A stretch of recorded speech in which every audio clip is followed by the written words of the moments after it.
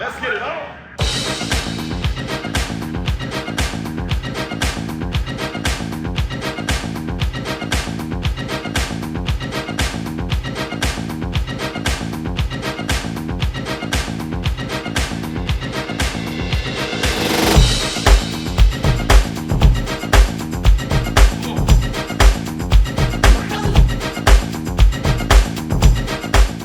There we go. All right, we're here now with Shabba-Doo, as you all know very well who he is, at Husky Studio in Elephant and Castle, London. This is Michael from StreetDanceSoundtrack.com, and Shabba-Doo, I'm just going to ask you a few questions regarding music. Okay. You and music. What kind of music do you listen to? What kind of music do you like to listen to? I listen to all kinds of music. Classical, jazz, a lot of jazz. Thelonious Monk, Charlie Parker, Miles Davis, Dizzy. So I listen to a lot of jazz, but I listen to a lot of R&B, a lot of soul music, and I love country western as well. So all of it's on the table for me. Cool. So what types of music do you listen to that inspires you to lock? Any type of music that elicits or solicits an emotional response from me, and it doesn't matter what type of music. I often hear people saying, well, that's not a locking song or whatever. Any song that moves you emotionally, connects you in some emotional way, is a locking song. Right. Country western's on the table, baby.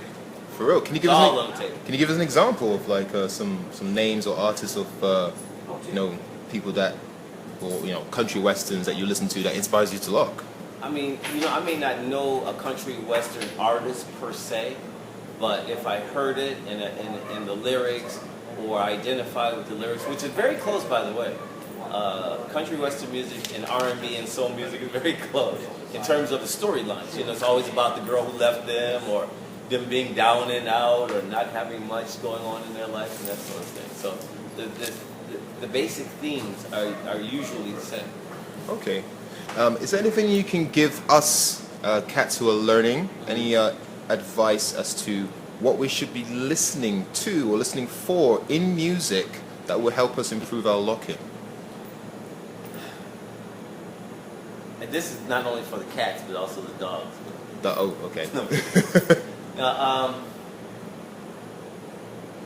Every song essentially has an emotional temper to it.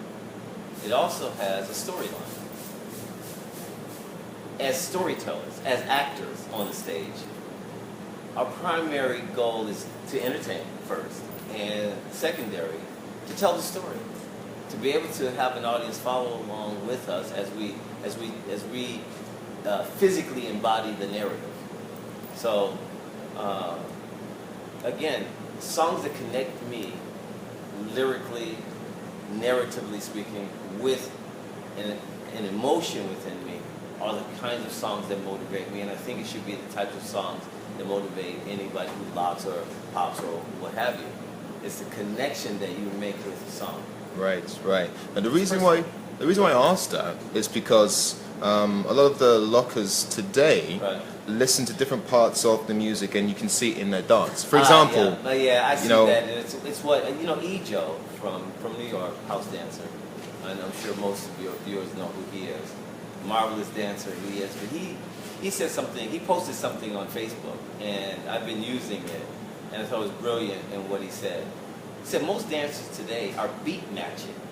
They're just finding a very specific part of a song, maybe a do-do-do-do-do-do, and they wait for that do-do-do-do-do and to do something to that. But that's not really dancing. As he stated, and I agree with him, it's more of a spiritual connection, something that elevates you. It elevates the spirit, you connect with emotionally, and your dancing takes on and embodies that spirit. That's dancing. Not just waiting for a specific part of the song and practicing only that part of the song over and over again till you have it down. So when you play another song, you can't really dance to it. No. Beat matching, no good. No good.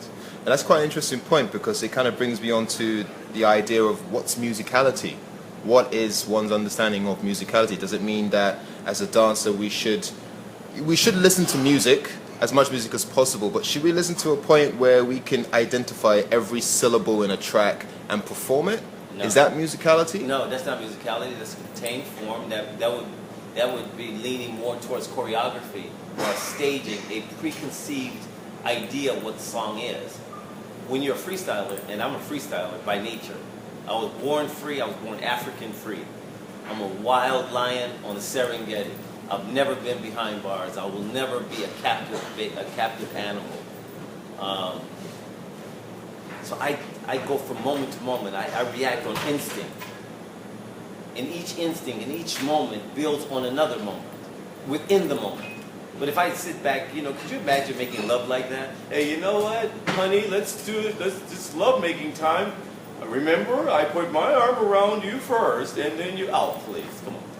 It's much more intimate than that, and it has to be. You have to set a mood, let's say, and I'm using the girl in an intimate situation as an analogy here, but you want to create a mood. I think if you're in love with a woman or a significant other, whatever your preference is, but if you're in love with someone, you would want to create an atmosphere that's conducive to that love.